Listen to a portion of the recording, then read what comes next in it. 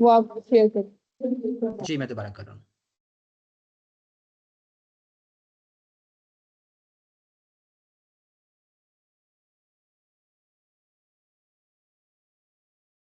जी slide show हो रही है अभी?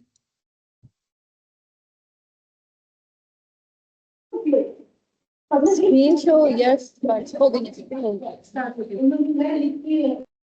जी स्लाइड्स हुई शो? जी सर हो गई।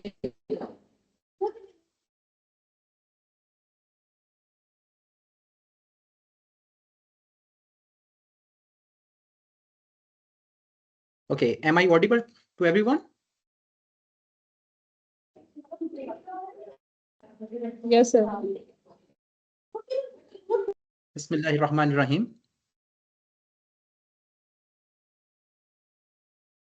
First of all,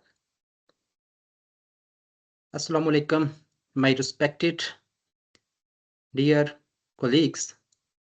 This is a great opportunity for me to have an interaction with you. So here, before I start this session formally, I would like to say that every voice carries experience and every insight adds value. Seniority actually is not about stopping learning. Learning knows no seniority. And that's why we are going to have a dialogue here, not a lecture. So I hope that this dialogue will be helping us in one way or the other, because this is a great opportunity to share my experience, my knowledge with the beautiful minds of teaching faculty, so that we can share our experiences with each other. At the same time, we can learn from each other. So I just want to share a classroom story with you people.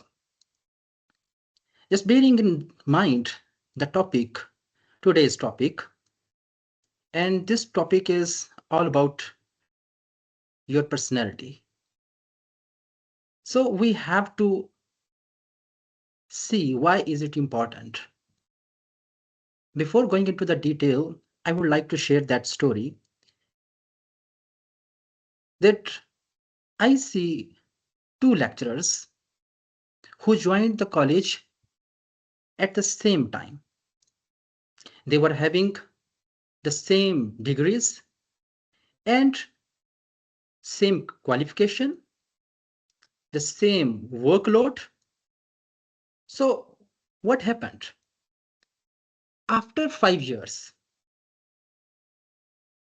I see that one of the lecturers became the most sought after lecturer for the students. Excuse me sir, आपकी slides वो play नहीं हुई है, आप play करके उसको share करेंगे तो वो चलेगी। हमें जो है वो फर्स्ट स्लाइड शो हो रही है। जी मैं अभी थोड़ी देर में स्लाइड्स पे भी आता हूँ, स्लाइड्स पे भी मैं उसी तरफ आ रहा हूँ. I am just sharing something with the participants. So my first focus is on what I share, and then we will certainly be following the slides. So what I was talking about, the two lecturers joining the same college at the same time with the same level of qualification and the same level of degrees. And one of the lecturers, after the lapse of 5 years, became the most sought after lecturer. Students kept waiting for that lecturer's class, and the administration showed a lot of trust in that person, and the colleagues, they trusted him. On the other side, the other lecturer who joined at the same time, what happened? He was a competent lecturer, but he remained invisible. So here comes a question in our mind. why is it so that one of the lecturers became so popular, sought after, the other, he remained invisible, despite he had the potential, he had the competency? What was the reason? Whether it was the intelligence, not intelligence, not degrees, not experience, then what was the difference? The difference was personality. The way they communicated, they handled pressure, they dealt with various critical situations. This is what made them different. And it was that moment when I realized that the knowledge may take you into the class, and this is the personality that actually decides what kind of impact you are leaving in that classroom. So today's the effort is all about the finding of that invisible force, the personality that actually silently shapes your credibility, your leadership, and your personal growth. So I hope that my respected colleagues get what I actually wanted to convey to them.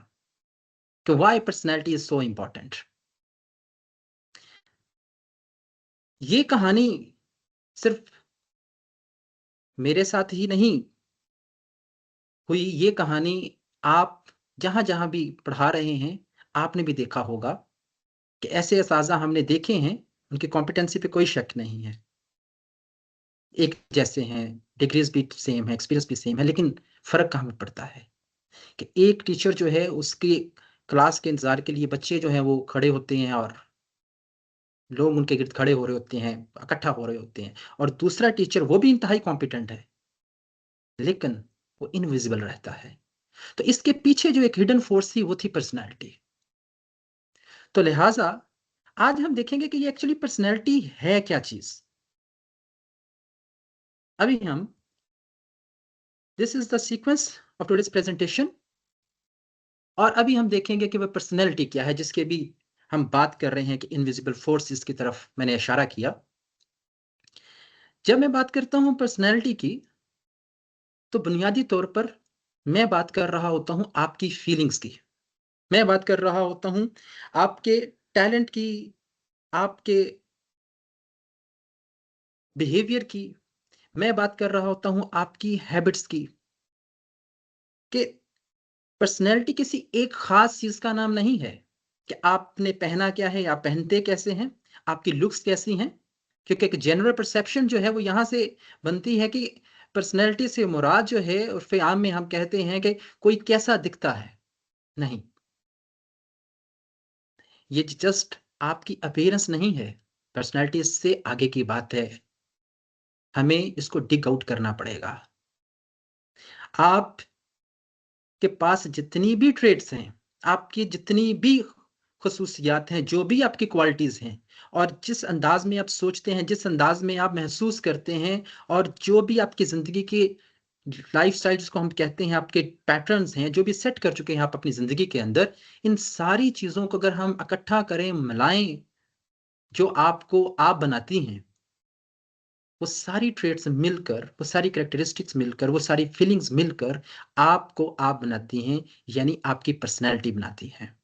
तो लिहाज़ा personality किसी एक चीज़ का नाम नहीं है, किसी एक ख़ुसूसियत का नाम नहीं है, बल्कि मुख्तलिफ़ फैक्टर्स मिलकर आपकी शख्सियत को तामीर करती हैं।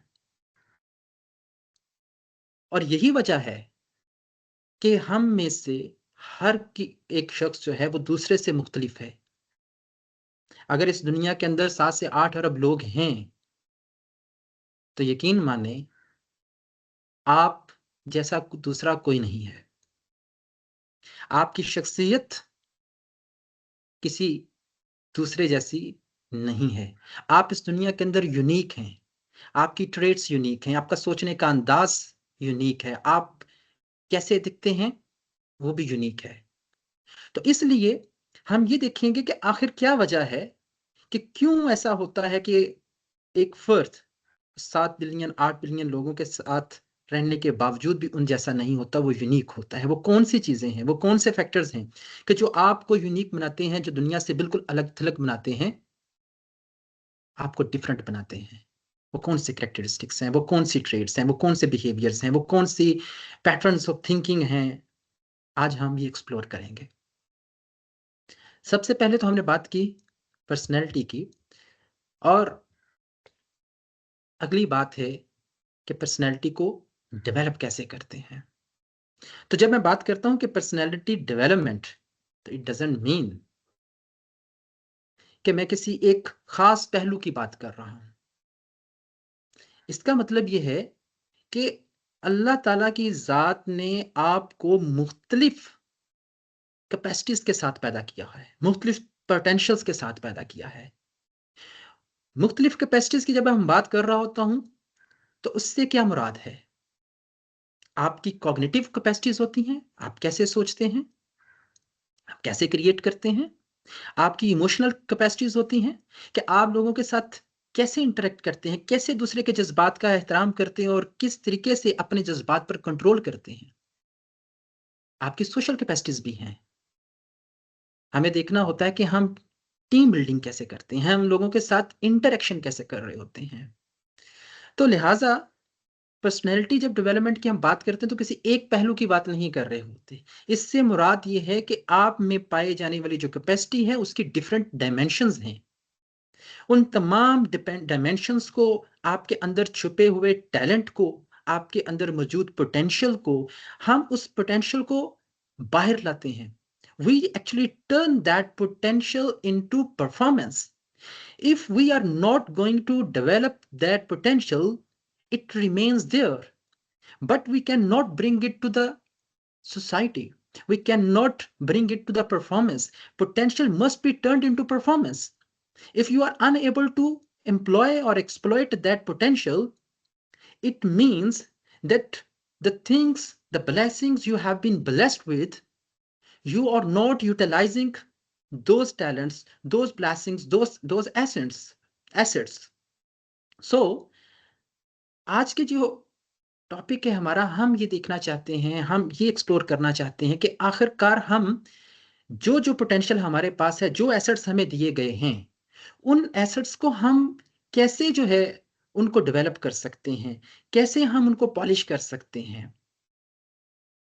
हर एक फर्द के पास कुछ ना कुछ स्किल्स हैं, कुछ ना कुछ पोटेंशियल्स हैं, कुछ टैलेंट्स हैं, और इसके साथ-साथ कुछ ग्रे एरियाज़ भी हैं जिनको हम वीकनेस का नाम देते हैं कि आपकी शख्सियत के अंदर ये वीकनेस है। ये वीकनेस नहीं होती, ये ग्रे एरियाज़ होते हैं, या दूसरे लफ्ज़ों में अगर मैं इसको मज़ीद रिफ़ाइन करके बात करूँ, तो जिनको हम अपनी वीकनेस समझ रहे होते हैं कि बाज़ लोग बात करते हुए लुपनत होती है, वो अच्छे तरीके से बात नहीं कर पाते। बाज़ लोग पब्लिक में बात नहीं कर पाते। बाज़ लोग अपने फैमिली मैटर्स को हैंडल करने के हवाले से थोड़े से कमज़ोर पाए गए हैं। बाज़ लोग ऐसे भी हमने देखे हैं, अगर मैं इंस्टीट्यूशन की बात करूँ, अगर मैं कॉलेज यूनिवर्सिटी की बात करूँ, तो हमने देखा कि स्टूडेंट को हैंडल करने में थोड़ा इश्यू आ रहा होता है। बाज़ को लेसन प्लानिंग में इश्यू आ रहा होता है, बाज़ को क्लास मैनेजमेंट के अंदर इश्यूज़ आ रहे होते हैं, बाज़ को अपनी एडमिनिस्ट्रेशन के साथ, हायर अथॉरिटी के साथ इंटरेक्शन करने में कम्युनिकेशन के स्किल्स के हवाले से कोई इश्यूज़ आ रहे होते हैं, प्रॉब्लम्स फेस करना होते हैं। तो लिहाज़ा ये जो ग्रे एरियाज़ हैं, जिनको हम वीकनेस की हम बात नाम देते हैं, ये बुनियादी तौर पर हमें हमारे ग्रोथ की अपॉर्च्युनिटीज़ हैं। These are the areas, actually are the opportunities of developing. If we want to improve ourselves, first of all, we must understand, we must know what is the gray area, what is that weakness where I need improvement. और जिस area में आपको improvement की जरूरत होती है, उस area के ऊपर जब हम काम करते हैं, तो ये हमारे पास अपॉर्चुनिटी होती है अपने आप को हार्नेस करने की, अपनी स्किल्स को हार्नेस करने की। तो लिहाजा there are various skills as well that we can develop. So that's why जब हम पर्सनैलिटी डेवलपमेंट की बात करते हैं तो हम किसी खास एक पहलू की बात नहीं कर रहे, हम आपकी कम्युनिकेशन स्किल्स की भी बात कर रहे हैं, हम आपकी कॉग्निटिव स्किल्स की भी बात कर रहे हैं, हम आपकी सोशल इंटरेक्शन की बात भी कर रहे हैं, हम आपकी कॉन्फ्लिक्ट रेजोल्यूशन की बात भी कर रहे होते हैं, हम आपकी टाइम मैनेजमेंट की बात कर रहे होते हैं, हम आपकी स्ट्रेस मैनेजमेंट की बात कर रहे होते हैं। तो ये डिफरेंट तरह के जो पहलू हैं आपकी शख्सियत के, जो डिफरेंट डायमेंशंस हैं, हम उन तमाम एरियाज के ऊपर काम कर रहे होते हैं ताकि हम अपनी शख्सियत को मजीद निखार सकें। जब हम अपनी शख्सियत को निखार रहे होते हैं तो कोई एक शख्स नहीं निखर रहा होता, बल्कि वो शख्स जिस अदारे में काम कर रहा होता है वो पूरे का पूरा अदारा जो है उसके अंदर निखार आ जाता है। तो हम ये अगर ख्याल करें कि मैं सिर्फ और सिर्फ अपनी जात पर काम कर रहा हूं, अपनी ज़ात पर काम करने का मतलब क्या है? अपने आप को डेवलप कर रहा हूँ, इसका मतलब क्या है? इसका मतलब ये है कि मैं अपनी कम्युनिकेशन स्किल्स को बेहतर कर रहा हूँ, मैं अपने कॉन्फिडेंस लेवल को बेहतर कर रहा हूँ, मैं अपनी क्रेडिबिलिटी को बेहतर कर रहा हूँ। तो इट मीन्स कि वो क्रेडिबिलिटी आपकी नहीं है, वो क्रेडिबिलिटी आपके अदारे की बन जाती है। वो कॉन्फिडेंस आपका नहीं है, वो कॉन्फिडेंस आपके अदारे पे लोग करना शुरू कर देते हैं।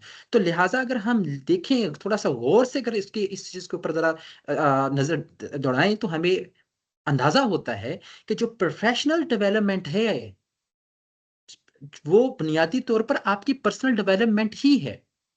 पर्सनल डेवलपमेंट की दूसरी शक्ल जो है वो प्रोफेशनल डेवलपमेंट है, और प्रोफेशनल डेवलपमेंट जो है this is our responsibility, because the work setting where we are working in a government sector and the government pays us, and it becomes our responsibility that we must develop ourselves with the passage of time. We must identify those areas where we need improvement and we must work on those areas. So once we work on those particular gray areas and we improve ourselves, that time actually we are developing professionally. And once we are developing, once we start developing professionally, that is the moment when we start to develop our institutions.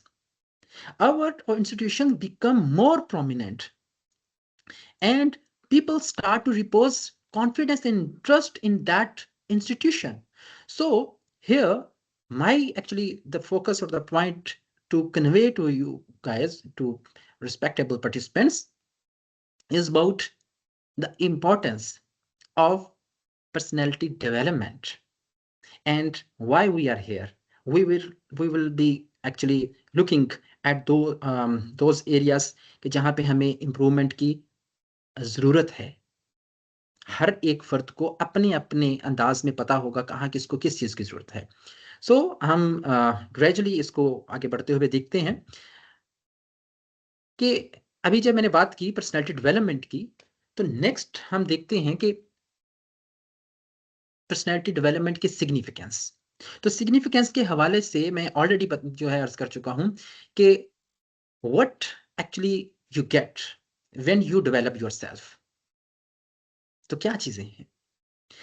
आप confidence gain करते हैं। Once you get the confidence, this confidence actually we impart to our students. Once you are shaky, when you are delivering lecture in the classroom and you are not feeling confident, your body language actually conveys various cues to the students that the message they are receiving actually lacking some authenticity, lacking some trust, lacking some confidence.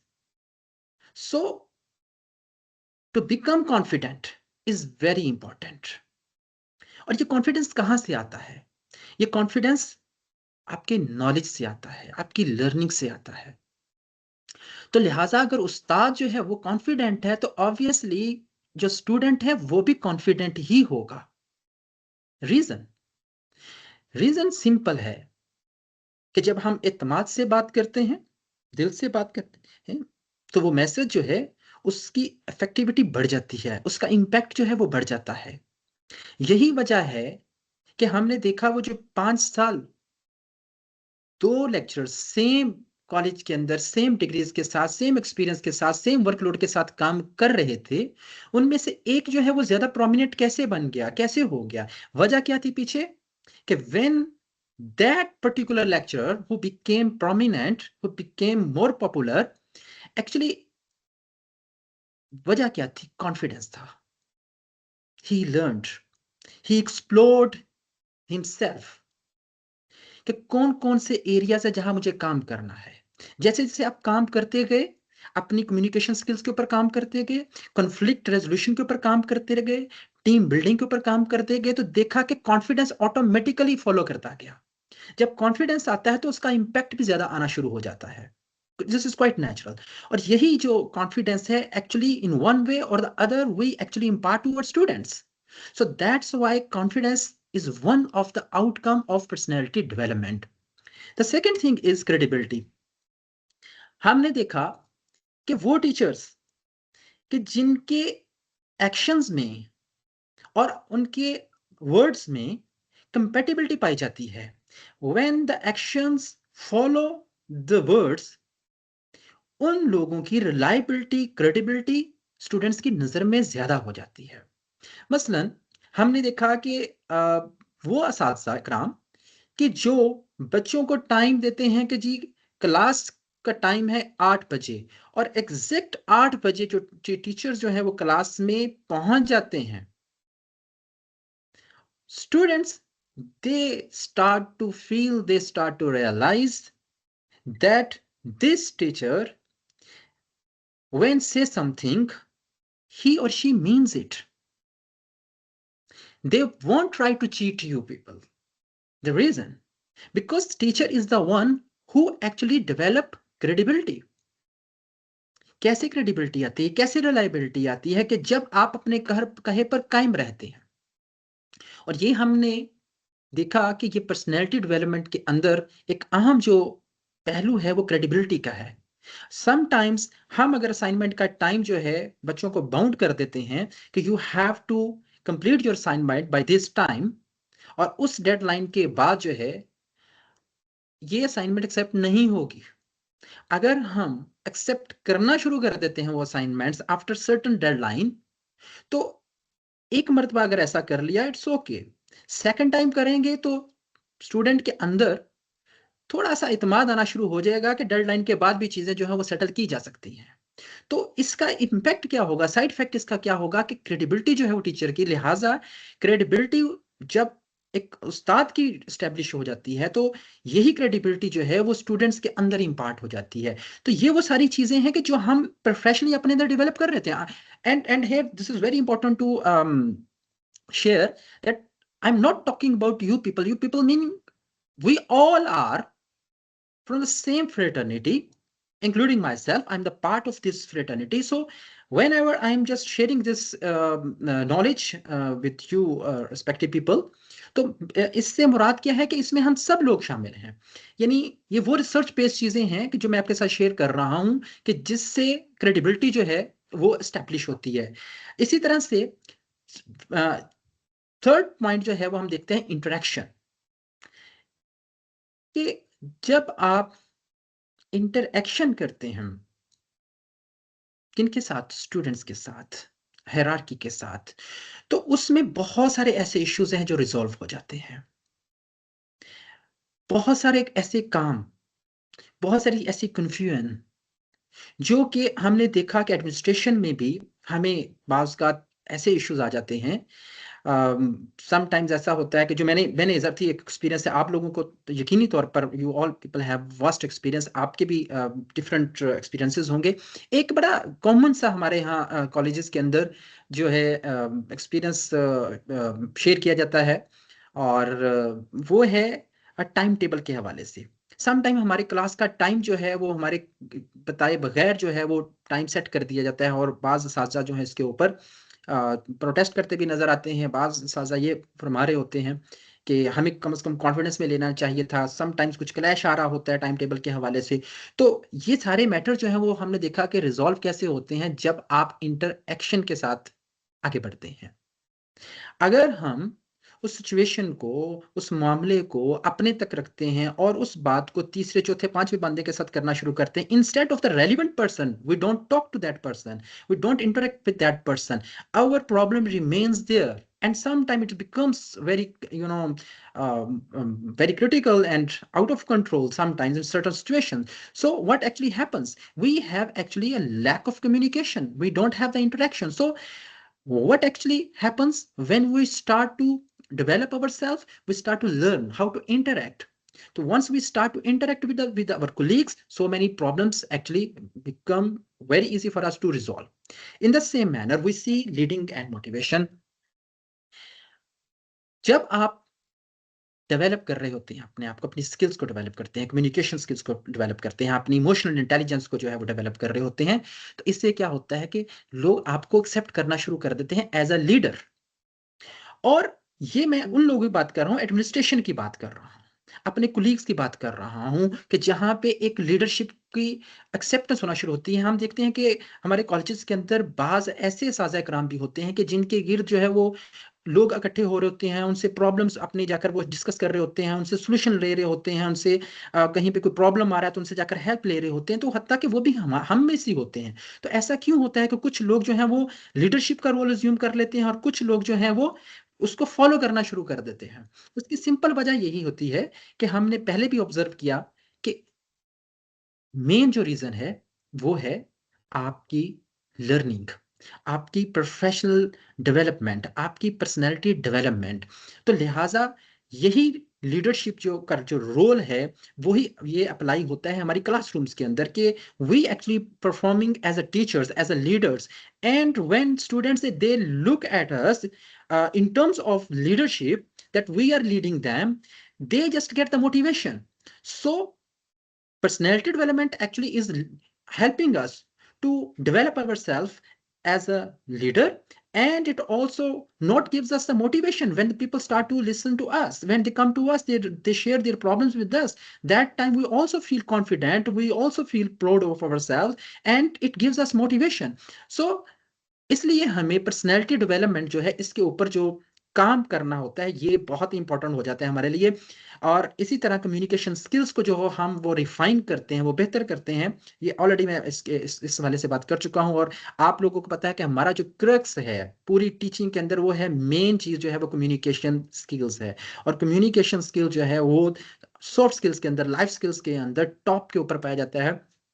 अगर communication skills आपकी refine हो जाएं, तो बहुत सारे matters, बहुत सारी चीज़ें जो हैं वो आप आसानी के साथ रिजॉल्व कर सकते हैं। और एक उस्ताद के लिए बेस्ट वे जो है वो है communication, and that's why we are the nation builders. And when we get that power, when we get that skill of communication, how to communicate, how to interact, that time everything changes.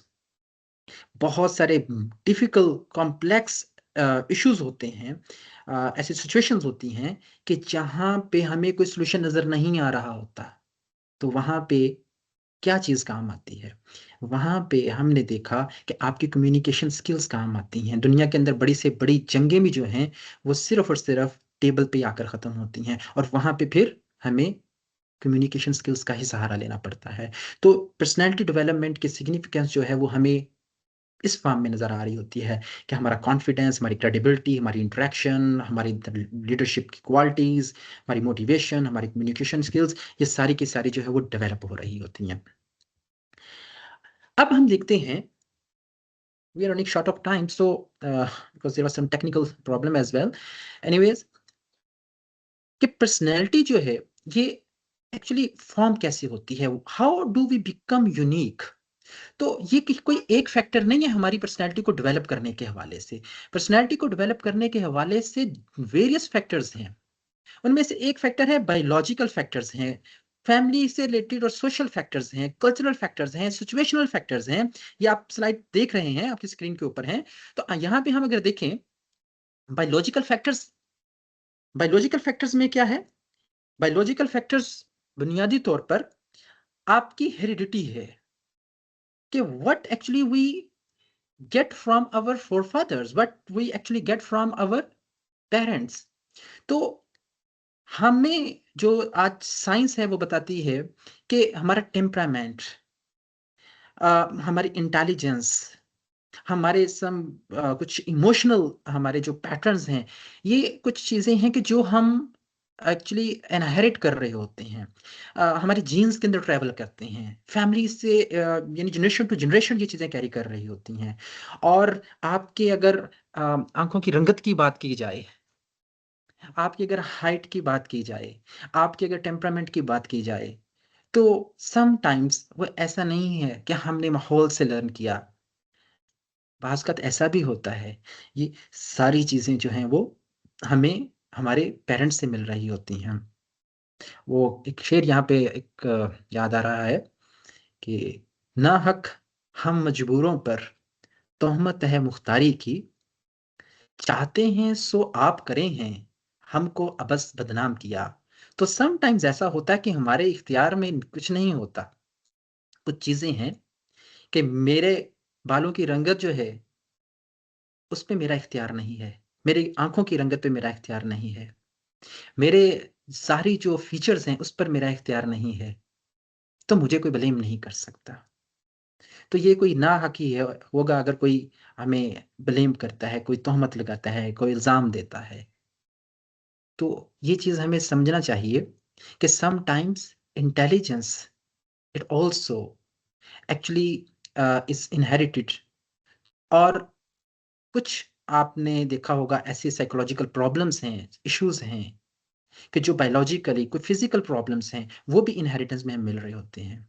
तो ये मुख्तलिफ personality के जो अंदाज़ हैं कि एक बहुत काम है, एक बहुत टेम्परामेंटल है, एक बहुत एग्रेसिव है, एक बहुत पीसफुल है। तो ये जो शख्सियत का पहलू है, इसके पीछे आपके जीन्स जो हैं, ये जेनेटिकली भी चीज़ें हैं कुछ जो बेसिकली एक्टर के तौर पर काम कर रही होती हैं, कि जो हम पर इन्फ्लुएंस रखती हैं, जो हमें इन्फ्लुएंस कर रही होती हैं। तो लिहाज़ा कुछ बायोलॉजिकल फैक्टर्स हैं, आपकी हेरिडिटी है, आपका ब्रेन स्ट्रक्चर है, आपके ब्रेन का स्ट्रक्चर जो है ये बहुत मैटर करता है। आपके फिज़िकल फीचर जो हैं, ये आपकी शख्सियत के अंदर बहुत मैटर करते हैं। आपकी हाइट क्या है? अ, आप जैसे मैंने अर्ज़ किया कि आपके चेहरे की जो कम्प्लेक्शन है, वो कैसी है? तो आपकी जो एक्सेप्टेंस है, जो आपकी रिजेक्शन है, वो समटाइम्स सोसाइटी जो है, वो आपके फिज़िकल फीचर के बेस के ऊपर कर रही होती है। जबकि इसमें हमारा एज़ सच कोई कसूर नहीं होता। तो इसलिए आपकी शख्सियत की डेवलपमेंट के अंदर कुछ फैक्टर्स हैं जो बायोलॉजिकल हैं। तो एक फैक्टर बायोलॉजिकल जो है वो है कि जो आपकी शख्सियत बनाती है। सेकंड जो फैक्टर आपकी शख्सियत को बनाने में जिसका रोल है वो है आपकी फैमिली, आपके यानी सोशल फैक्टर्स हैं। जिसमें हम देखते हैं कि आप को आपका बिहेवियर, हम जब बात करते हैं ना कि पर्सनैलिटी की, तो मैंने पहले भी अर्ज़ किया ना, आपका बिहेवियर, ये भी आपकी फीलिंग्स, आपका बिहेवियर, आपके जो थिंकिंग पैटर्न मतलब क्या है कि आपकी जो हैबिट्स हैं, ये कहाँ से आती हैं? तो ये आपका सोशलाइज़ेशन का प्रोसेस है। आप अपनी वैल्यूज़ जो हैं वो सीखते हैं आपकी फैमिली से। आप अपने जो है डिफरेंट नॉर्म्स सीखते हैं। आप हैबिट सीखते हैं, तो कहाँ से सीख रहे होते हैं? आप अपनी फैमिली से सीख रहे होते हैं। आप अपना जो सर्कल है फ्रेंड्स का, उनसे सीख रहे होते हैं। इसके अलावा आइडेंटिफिकेशन का प्रोसेस होता है, लाइक हमारे रोल मॉडल्स क्या हैं? यानी जिस पर्सन को सबसे ज़्यादा एडमायर किया जाएगा, तो स्टूडेंट्स उसको ज़्यादा फॉलो करेंगे, रोल मॉडल के तौर पर लेंगे। तो लिहाज़ा आइडेंटिफ़िकेशन का प्रोसेस जो है, वो भी आपकी शख्सियत बनाने में जो है वो अहम किरदार अदा करता है। आपका जो घर का, जैसे मैंने अर्ज़ किया, एनवायरनमेंट है, आपका ब्रॉट अप किस अंदाज़ में हुआ, वो इफ़ेक्ट कर रहा होता है। आप सोशल ग्रुप क्या है, आपका पीयर ग्रुप कौन-सा है, ये सारे फैक्टर्स मिलकर आपकी शख्सियत बना रहे होते हैं। आज आप जो हैं, ये आप तमाम फैक्टर्स का मजमूआ है। बायोलॉजिकल फैक्टर्स हैं, फैमिली सोशल फैक्टर्स हैं, इसके अलावा कल्चरल फैक्टर्स हैं। यहाँ पे मैंने अभी कुछ नाम दिया हुआ है कि आपका कल्चर जो है वो भी आपको डिफाइन करता है आपकी शख्सियत को। कहीं पे इंडिपेंडेंस पाई जा रही है तो वो क्यों पाया जाता है? जैसे यहाँ पे लिखा है इंडिपेंडेंस, और ऑस्ट्रेलिया के अंदर लाइक जहाँ पे इंडिपेंडेंस पाई जाती है, तो वो कल्चर की खूबसूरती है। अगर वो कल्चर आपको इंडिपेंडेंस देता है तो वो चीज़ आपके कल्चर से आपकी शख्सियत के अंदर आ जाती है। और अगर माहौल ऐसा हो आपके उस कल्चर का कि जहाँ पे जबर हो, जहाँ पे नाइंसाफ़ी हो, तो ये एग्रेशन जो है वो ऑटोमैटिकली आपकी शख्सियत का हिस्सा बन जाती है। और जहाँ पे कंपटीशन की फिजा हो तो आप ऑटोमेटिकली उसको लर्न कर लेते हैं। जहाँ पे कॉपरेशन की फिजा है तो कॉपरेशन आप लर्न करते हैं। सम टाइम कुछ सिचुएशनल फैक्टर्स हैं आपके, जो पॉजिटिव बिहेवियर और नेगेटिव बिहेवियर की जो हम बात कर रहे होते हैं वो सर्टन सिचुएशनल फैक्टर्स हैं। लाइक अगर आपके घर का, जैसे मैंने अभी अर्ज किया कि माहौल जो है वो अगर वहाँ पे एग्रेशन पाई जाएगी, वहाँ पे शाउटिंग पाई जाएगी, और वहाँ पे अगर आपको इनकरेजमेंट नहीं मिलेगी देखने को, तो ऑब्वियसली उसका रिजल्ट क्या होगा? उसका रिजल्ट ये होगा कि बच्चा भी जो है वो अग्रेसिव होगा, बच्चा जो है वो स्ट्रेस में जो है वो अक्सर पाया जाएगा। तो अगर माहौल बेहतर हो तो ऑटोमेटिकली आपका बिहेवियर जो है वो भी पॉजिटिव हो जाता है। तो हम बतौर उस्ताद जो हैं वो अपने कॉलेजेस की क्लासरूम का एनवायरनमेंट कैसे बेहतर कर सकते हैं, हम अपने क्लासरूम की जो सिचुएशन है उसको कैसे बेहतर कर सकते हैं। समटाइम्स ऐसा भी हो रहा होता है कि कुछ बच्चे जो हैं they are very shy, they actually are unable to speak in front of the people, but what we can do, हम उनको ऐसी सिचुएशन प्रोवाइड कर सकते हैं यहाँ पे कंफर्ट क्रिएट हो जाए, जहाँ पे उसको कोई एलियन होने की फीलिंग ना आए। तो अगर ऐसी हम यानी सिचुएशन क्रिएट करने में कामयाब हो जाते हैं तो वो बच्चा कि जिसने नेगेटिविटी सीखी थी, नेगेटिव बिहेवियर सीखा था, शाइनेस सीखी थी, जिसने लो कॉन्फिडेंस सीखा था, जिसने एंगर सीखा था, तो उसको हम क्या कर सकते हैं, एक हेल्थी एनवायरनमेंट देकर उसके बिहेवियर को जो है वो पॉजिटिव बना सकते हैं। वही बच्चा जो शाई फील कर रहा था वो क्लास के अंदर आकर बात करना शुरू कर देता है। The reason is the environment we provide them, the situation we provide them. And at the same time, when a teacher discourages a student that he or she cannot ask the question in the classroom, what happens? What is the result? That time, a person who is having the confidence, the student who has learned encouragement from his or her home, when that student is coming to the classroom, if that person or that student is not allowed to ask the questions, what actually happens? Actually he starts to feel discouraged, he starts to feel stressed, and that is a moment when actually we are developing some negative behaviors. So that's why actually we always need to learn how, as a teacher, I can provide them such kind of situation where he or she, meaning the students, they can express themselves easily. So these are the actually factors which actually determine our personality. What kind of person you are? You are a very good person. What kind of person you are? You are just okay, not that much good. So what is the reason? The reason is the factors I have gone through, the family I have been raised in, the biological factors, my culture, my situations, they actually make me who I am today. So the personality actually is about making yourself. What you become is more important. This is not important what you get. There are so many people who might have so much wealth in their life. But the question is, at the end of the day, what they have become, that matters a lot. If you have become a mystic, if you have become a renowned professor, and you have earned a lot of respect in your fraternity, it means कि you are a successful person. But it depends कि success, अगर जब मैं बात करता हूं तो success की भी डेफिनेशन जो है हर एक फर्द के पास डिफरेंट होगी. So my point is actually कि actually what you become, that is more important rather than what you get. So as a person, as a teacher, our focus in on becoming who we are. So we are moving to the next slide, and here, after looking at the various determinants of our personality, we see the person. What does personal development mean? When we say life is not about actually finding yourself, it is about creating yourself. किसी ने बड़ी खूबसूरत बात की थी कि future को predict करना हो तो फ्यूचर को कैसे प्रिडिक्ट कर सकते हैं. तो कहने वाले ने कहा कि फ्यूचर को प्रिडिक्ट करने का बेस्ट तरीकेकार ये होगा कि फ्यूचर को क्रिएट किया जाए. Instead of finding yourself, who you are in the pursuit of discovering yourself. When you said I have to discover, it means you need time to discover yourself. But if you decide that you have to create yourself, that time you don't have to wait for anything. You simply have the choice to create yourself. You have the choice to make yourself what actually you want to become.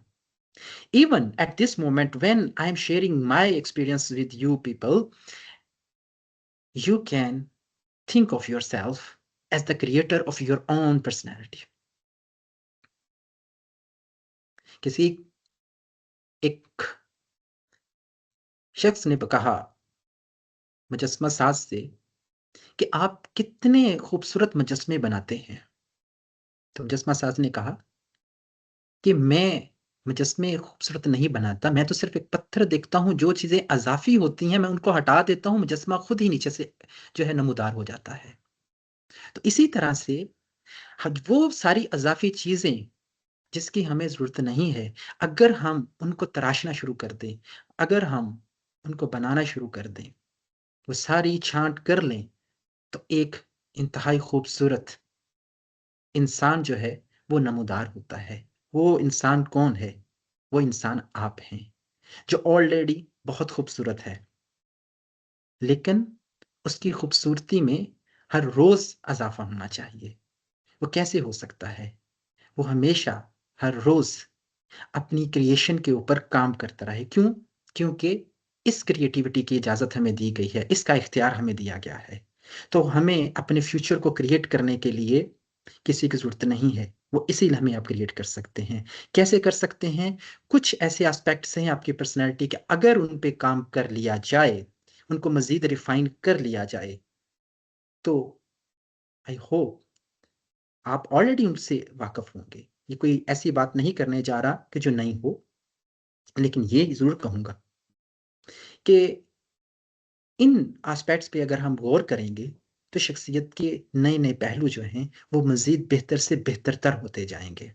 और यही बेहतरी जो है, वो एक शख्स की तामीर का नाम नहीं है, वो एक अदारे की तामीर का नाम है, अदारे की प्रोग्रेस का नाम है। तो आपकी शख्सियत का डेवलप करना, हमारी शख्सियत का डेवलप करना एक अदारे की डेवलपमेंट से जुड़ा हुआ है।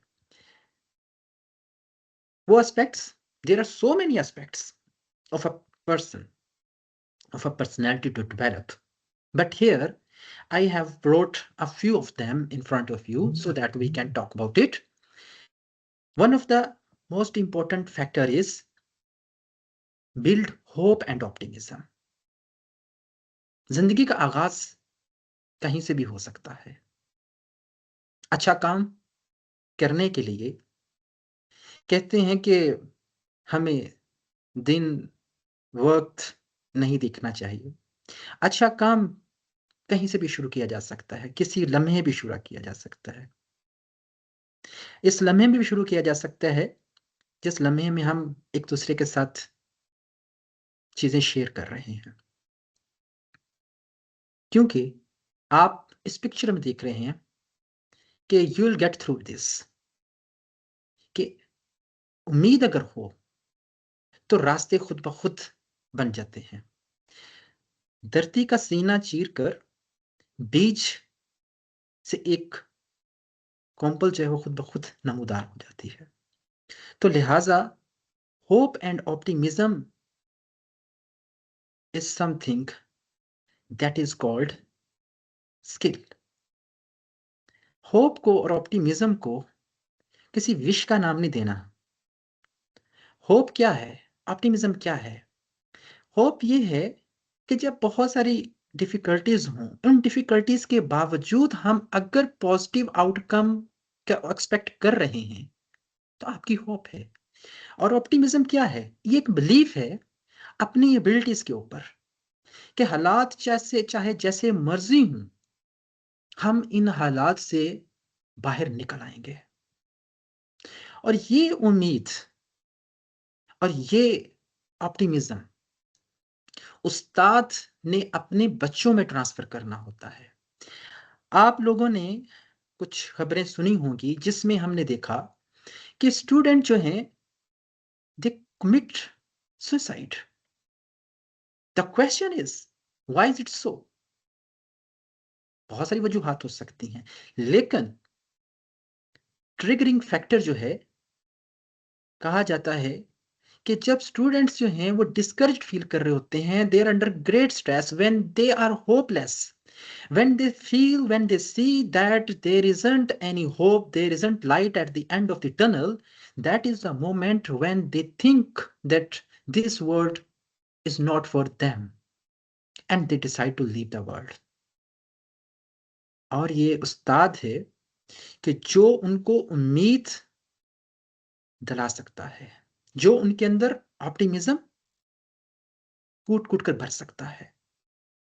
लेकिन उससे पहले हमें भी होप और ऑप्टिमिज्म का पता होना चाहिए, इस स्किल का पता होना चाहिए। How can we develop hope and optimism in ourselves? सबसे पहले we need to stop to talk about negative things. Normally हम क्या कर रहे होते हैं, हम कंप्लेंट्स कर रहे होते हैं, हम नेगेटिविटी के ऊपर बात कर रहे होते हैं, हम ऐसी बात कर रहे होते हैं कि अकेले में बैठे हुए नेगेटिव थॉट्स के बारे में सोच रहे होते हैं।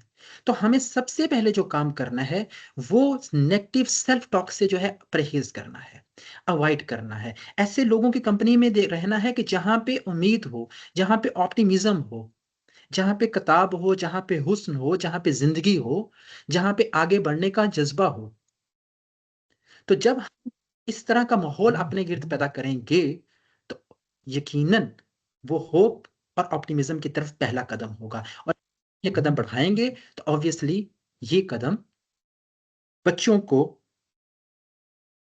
मुझे कहा जा रहा है कि time is up, but I think कि हमारा थोड़ा सा टेक्निकल इशू चल रहा था और यहाँ पे तो I need a few more minutes, क्योंकि तकरीबन कुछ 17 मिनट 50 टू 17 मिनट्स जो थे वो उसमें गुजर गए थे। तो please allow me. Thank you very much.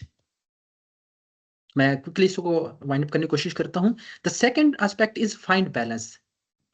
Find balance meaning we have a professional life, we have a personal life.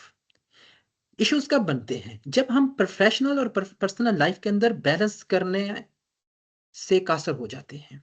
जब हम अपने घर के मामलात अपने कॉलेज और कॉलेज के मामलात अपने घर में लेके चले जाते हैं। हम क्या करते हैं, कॉलेज से सारा दिन काम करने के बाद जब कॉलेज से घर जाते हैं तो वो टेंशन जो हमने कॉलेज के अंदर देखी, एडमिनिस्ट्रेशन के साथ, स्टूडेंट्स के साथ, समटाइम प्रॉब्लम्स आ रहे होते हैं, आपका रिसर्च का काम हो रहा होता है, आपका एडमिनिस्ट्रेशन का काम है, आपने टीचिंग का आपका काम है। So there are so many things to do and what we do, actually we carry that burden on our shoulder from our college to our home, and we start to think about all those activities, all those things that we were assumed to leave behind us in that college.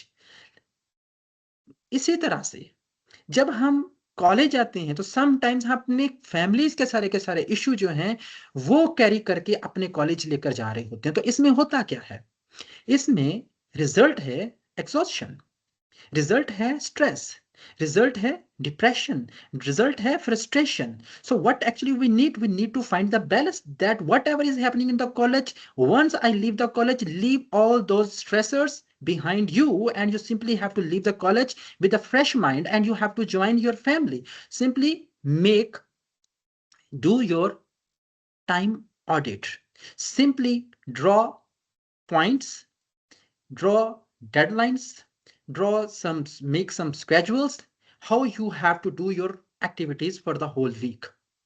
अगर ये आप करने में कामयाब हो जाते हैं, prioritise करने में कामयाब हो जाते हैं, कौन सा काम पहले करना है, कौन सा काम बाद में करना है, कौन सा अर्जेंट है, कौन सा अर्जेंट नहीं है, कौन सा इंपॉर्टेंट है और कौन सा इंपॉर्टेंट नहीं है, और अगर आप इसको प्रॉपरली लिख लें, अगर उसको मैनेज कर लें, तो आपके बहुत सारे इश्यूज आपकी लाइफ में ऑटोमेटिकली खत्म हो जाएंगे। You won't find yourself in a rush all the time. You won't find yourself in a hurry all the time. You will be feeling at ease. How? Simply by drawing balance between your personal and your professional life. So, यही balance अगर बेहतर है तो आगे हम देखते हैं हमारे पास टाइम होगा क्रिएटिविटी का, create and learn. What we have to do, एक पर्सनैलिटी का एस्पेक्ट क्रिएटिविटी है, लर्निंग है। Most of the time we find our self stuck somewhere, we are unable to resolve the problem.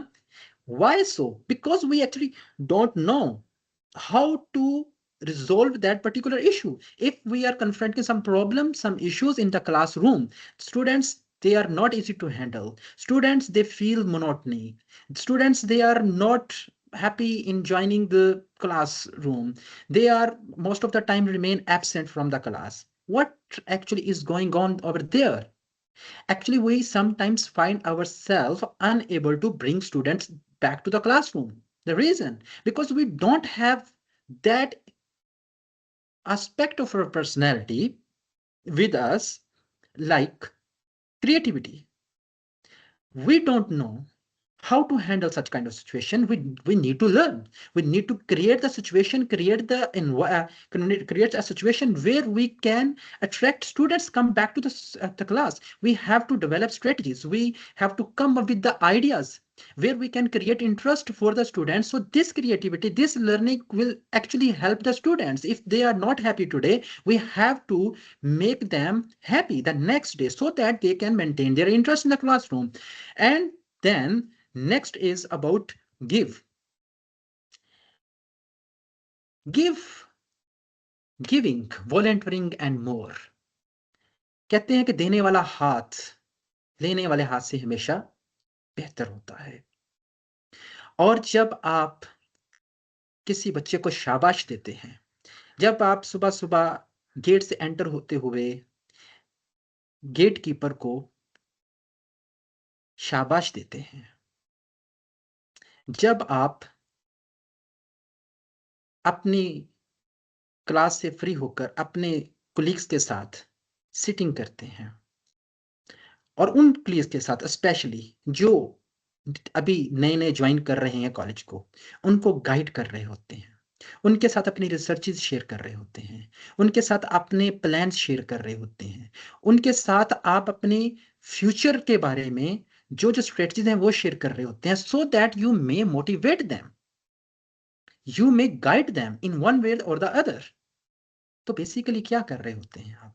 आप सामने वाले की हेल्प कर रहे होते हैं। जब आपके अंदर ये गिविंग वाला एस्पेक्ट आ जाता है, शेयरिंग वाला एस्पेक्ट आपकी पर्सनैलिटी के अंदर डेवलप हो जाता है, यही गिविंग का जैसे हमने देखा कि जब स्कूल्स में हम जाया करते थे तो इवन के कॉलेज तक भी ऐसा था कि ऐसे बाज़ असातिज़ा कराम थे कि जो कॉलेज के बाद भी हमें टाइम दे दिया करते थे पढ़ने के हवाले से। उसका ये कभी नहीं था कि आपसे हमने कुछ चार्ज करना है। They gave us time for free and we were there to learn from them. So I still remember कि वो जो गिविंग वाला एस्पेक्ट था, हमें भी फ़ील होता है कि वो चीज़ हमने भी कैरी करनी है, हमने भी किसी की हेल्प करनी है। उससे फ़ायदा क्या होता है कि कहते हैं कि आपकी ज़िंदगी बढ़ जाती है। आपके अंदर एक अकम्प्लिशमेंट की फ़ीलिंग आ रही होती है। आप बहुत सारी बीमारियों से बच जाते हैं। आप डिप्रेशन से बच जाते हैं, आप बहुत सारी हार्ट डिज़ीज़ से बच जाते हैं। अगर आप रेगुलर बेसिस के ऊपर कुछ वॉलंटियर नहीं कर सकते, तो ना करें, कोई ऐसा प्रॉब्लम नहीं है। But sometimes you can show some kindness to your students. Some very small steps of kindness, they act really very well. They give a great feeling. और अगर किसी बच्चे को आप बैठाकर बुलाकर क्लासरूम से अपने दफ्तर में आपको लग रहा है कोई प्रॉब्लमेटिक है, कभी किसी के स्टूडेंट के साथ बैठकर आप उनके साथ थोड़ी सी चिट चैट कर लेते हैं, उनको शाबाश देते हैं अच्छी चीज़ के ऊपर, उनको मोटिवेटेड फील करवाते हैं, तो ऑब्वियसली आपके चंद अल्फाज शाबाश, एक छोटी सी स्माइल, यकीनन वो पूरी की पूरी ज़िंदगी उसकी चेंज करके रख देती है। ये मैं कोई ऐसी बात नहीं कर रहा जो आपके साथ पेश ना आई हो, हम सबके साथ है। तो मतलब मकसद सिर्फ़ इतना सा है कि गिविंग का एस्पेक्ट जो है, ये बहुत-बहुत इम्पोर्टेंट है। इसी तरह से बी ग्रेटफुल। ग्रेटफुल कहते हैं कि it's not happiness that brings us gratitude, it's gratitude that brings us happiness. तो लिहाज़ा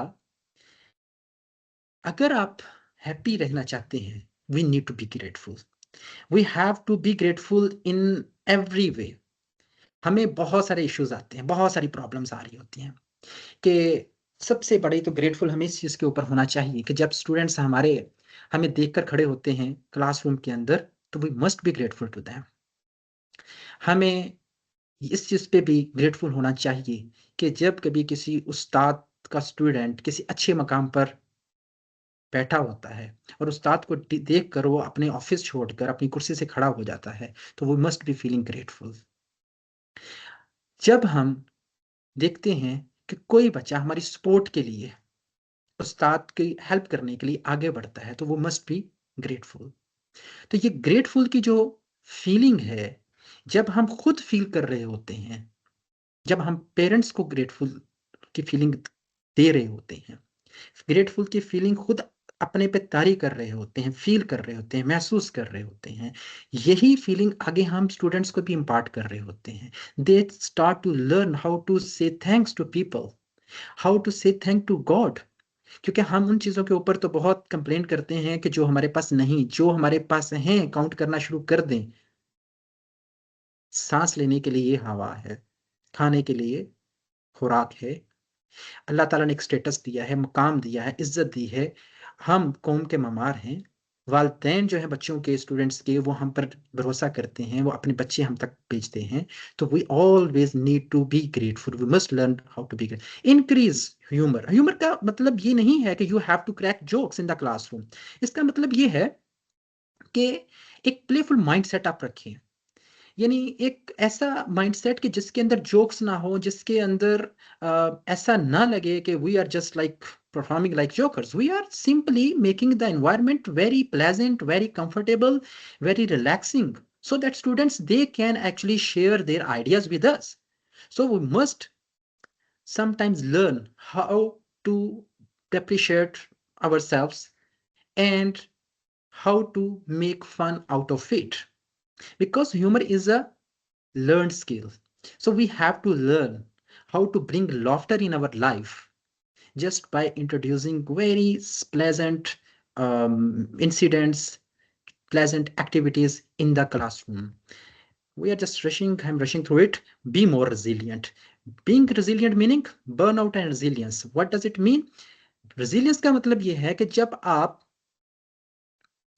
मुख्तलिफ तूफ़ानों का सामना करते हैं, मुश्किलात का सामना करते हैं। उन मुश्किलात का सामना करने के बावजूद आप अपने कदमों पर खड़े रहते हैं।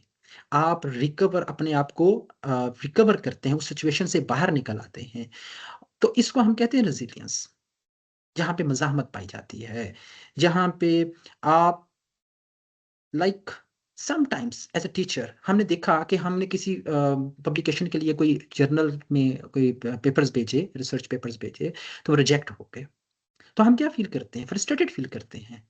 और समटाइम्स ऐसा भी होता है कि कलीग्स आते हैं, बैठते हैं, गपशप लगाते हैं, कहते हैं, "यार, मैंने रिसर्च के लिए काम करना शुरू किया था, पेपर्स पब्लिश कराने की कोशिश की है, 2 जगहों पे भेजा, 3 जगहों पे भेजा, but they are unable to get them published.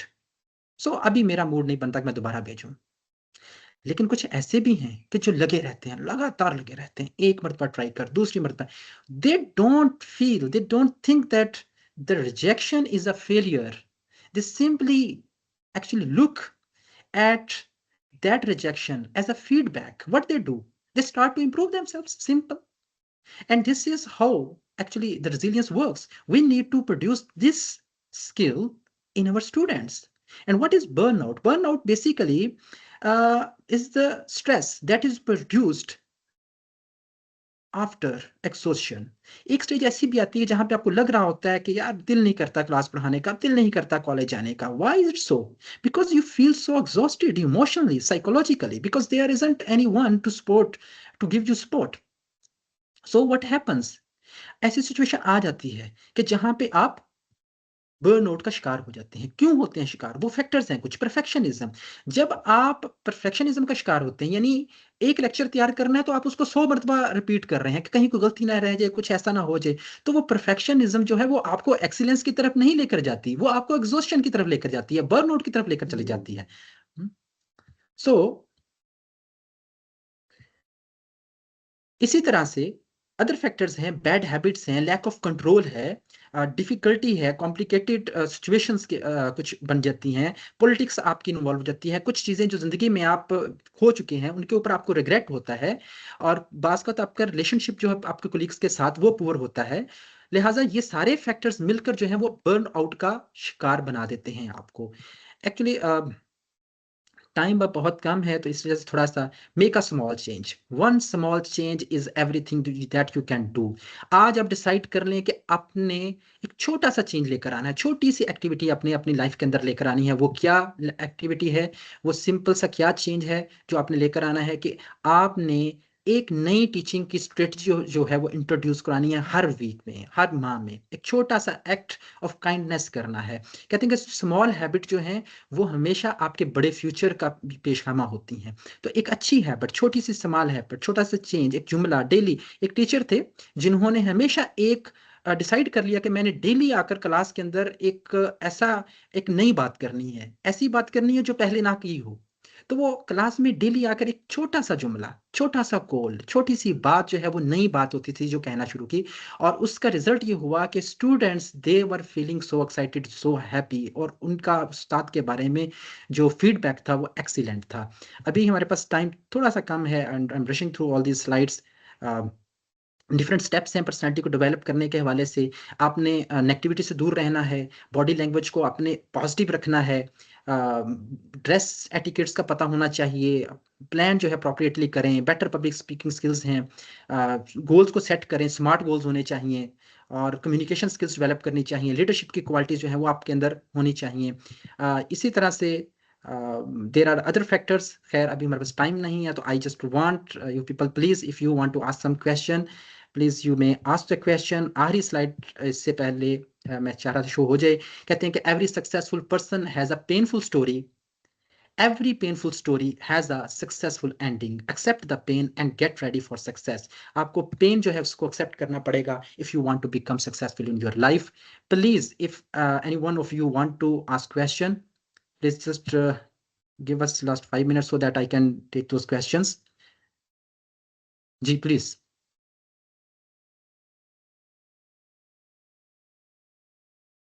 Ji please allow कीजिएगा।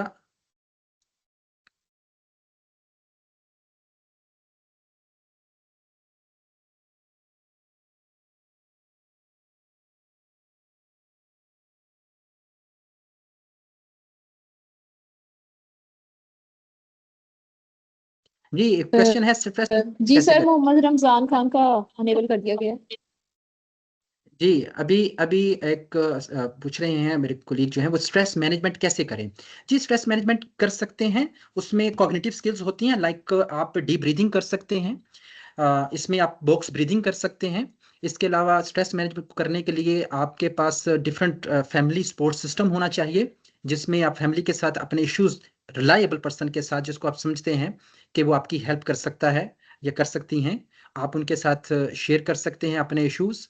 और स्ट्रेस जो है इस वक्त कहा जाता है कि 80 to 90% ऐसे इश्यूज हैं कि जो स्ट्रेस का बायस बनते हैं, सॉरी प्रॉब्लम्स, आपकी फिजिकल प्रॉब्लम्स जो आती हैं, डिजीजेज जो आती हैं, डिसऑर्डर जो आती हैं, उनका बायस जो है वो बन रहा होता है। तो लिहाजा स्ट्रेस को मैनेज करने के लिए, हैंडल करने के लिए आपके पास नमाज है। नमाज जो है वो आप अदा कर सकते हैं।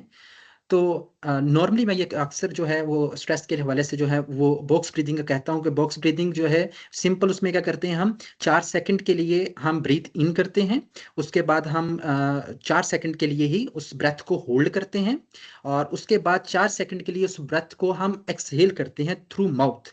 नॉस्ट्रिल्स के थ्रू आपने इनहेल करना होता है और माउथ के थ्रू आपने एक्सहेल करना होता है, और 4 सेकंड के लिए हम ब्रेक लेते हैं, रुकते हैं, और उसके बाद फिर हम ये एक्टिविटी करना शुरू कर देते हैं। 4 second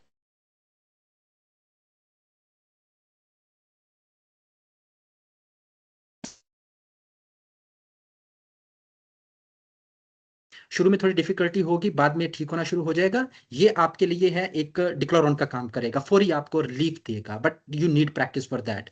ji please. Yes you may also write down